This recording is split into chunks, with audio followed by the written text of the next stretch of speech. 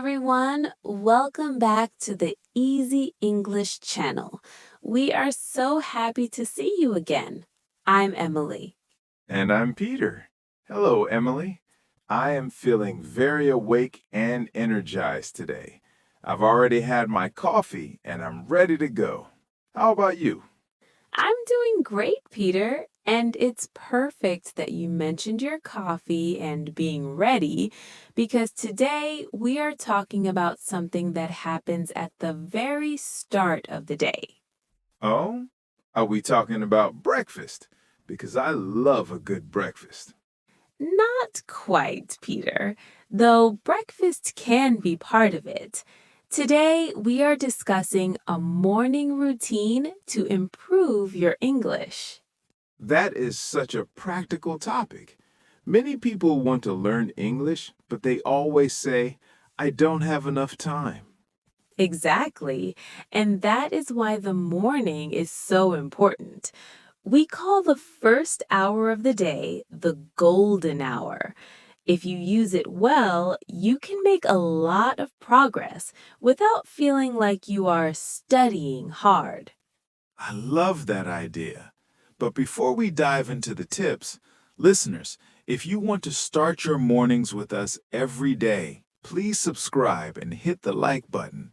It helps us keep creating these lessons for you. Yes, thank you.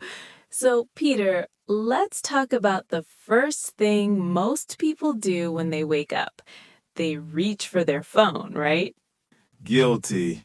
I usually check my social media or the news immediately. It's a habit. Well, here is my first tip. English environment. Instead of scrolling through news in your native language, try to follow English-speaking creators or news sites. Even just 5 minutes of reading in English while you are still in bed can wake up your English brain. That's a smart switch. It doesn't take extra time. It just changes the language of your time. Exactly.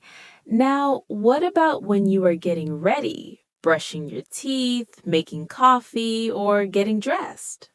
That's usually dead time for me. I'm just moving like a robot until the caffeine kicks in. That is the perfect time for passive listening. You can put on an English podcast like this one, or listen to English songs. You don't have to understand every single word. You're just getting used to the rhythm and sounds of the language. I actually do that sometimes.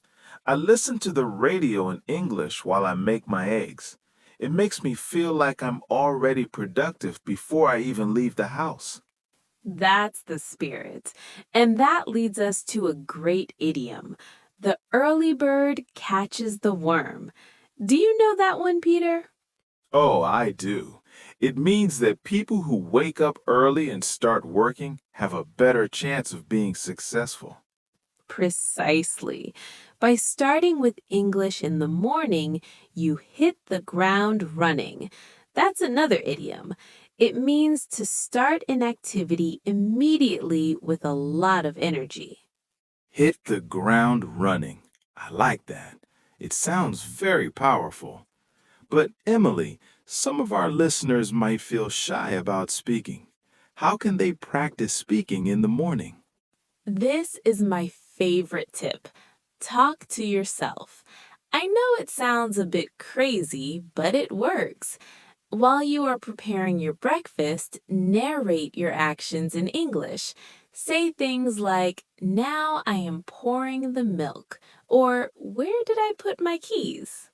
I do that in my head sometimes. It really helps you find the words you lack. If you don't know the word for toaster, you realize it immediately and you can look it up. Exactly. It builds fluency because you're connecting English to your real life, not just a textbook. We should also mention adverbs of frequency here, like we did in a previous episode. For a morning routine, these are very useful. For example, I always listen to a podcast, or I usually read one news article. Great point. Consistency is the key. It is much better to do 15 minutes of English always than to study for 3 hours seldom or never. So let's recap a simple routine for our listeners. 5 minutes of English reading in bed. 10 minutes of listening while getting ready. 2 minutes of talking to yourself while making breakfast. That's only 17 minutes. Everyone has 17 minutes. And by the time you leave for work or school, you've already had a head start. A head start is an advantage you get by starting earlier than others. I love that. Now, Peter, we mentioned some stress hormones in our last talk about positivity. Does a morning routine help with that too? Definitely. If you start your day feeling successful because you practiced English, your brain releases those feel-good chemicals we talked about. You feel more confident all day. It's a positive cycle. Success leads to confidence, and confidence leads to more practice.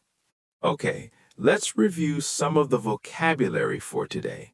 We had golden hour, the first hour of the day, And passive listening, where you listen without giving 100% focus. we had some great idioms.